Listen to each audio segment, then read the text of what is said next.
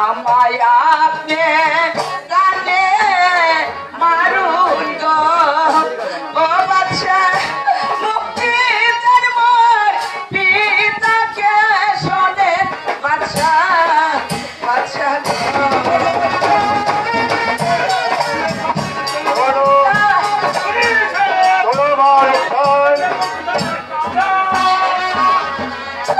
হাতে ধরি পায়ে পড়ি গো ও বাচ্চা মুক্তি তার মোর পিতাকে শোনে বাচ্চা বাচ্চা গো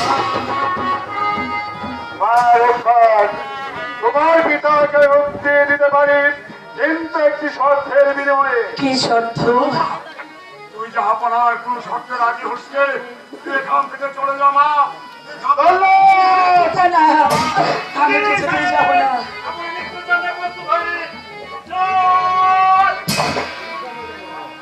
শোনো মা রূপবান, তোমার পিতাকে মুক্তি দিতে পারি যদি তুমি আমার প্রতীক পুত্র রহিমকে স্বামী বলে স্বীকার করে নাও। না মা, তুই এ কাজ কিছুতেই করবি না মা। আমার প্রাণ যায় যাবে, এ আমার এতটুকু দুঃখ থাকবে না, কিন্তু তুই এই প্রস্তাবে কিছুতেই রাজি হসিনি মা।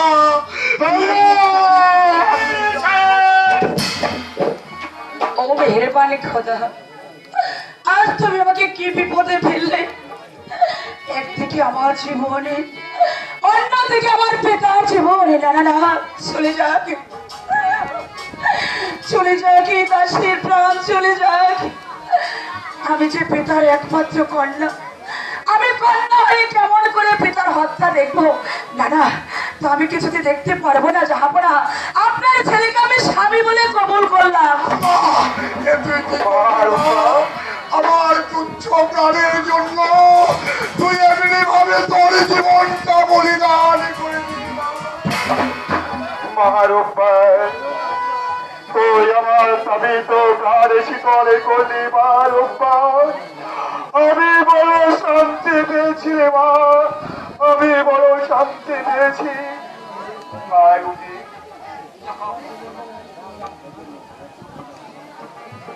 দুঃখ করো না বন্ধু, দুঃখ করো না। দুঃখ করে আর কি হবে? এইসব যে মেহেরবানি খোদারই লীলা। এবার চলো নদীর, আমরা দু ভাই মিলে বিয়ের আয়োজন করি।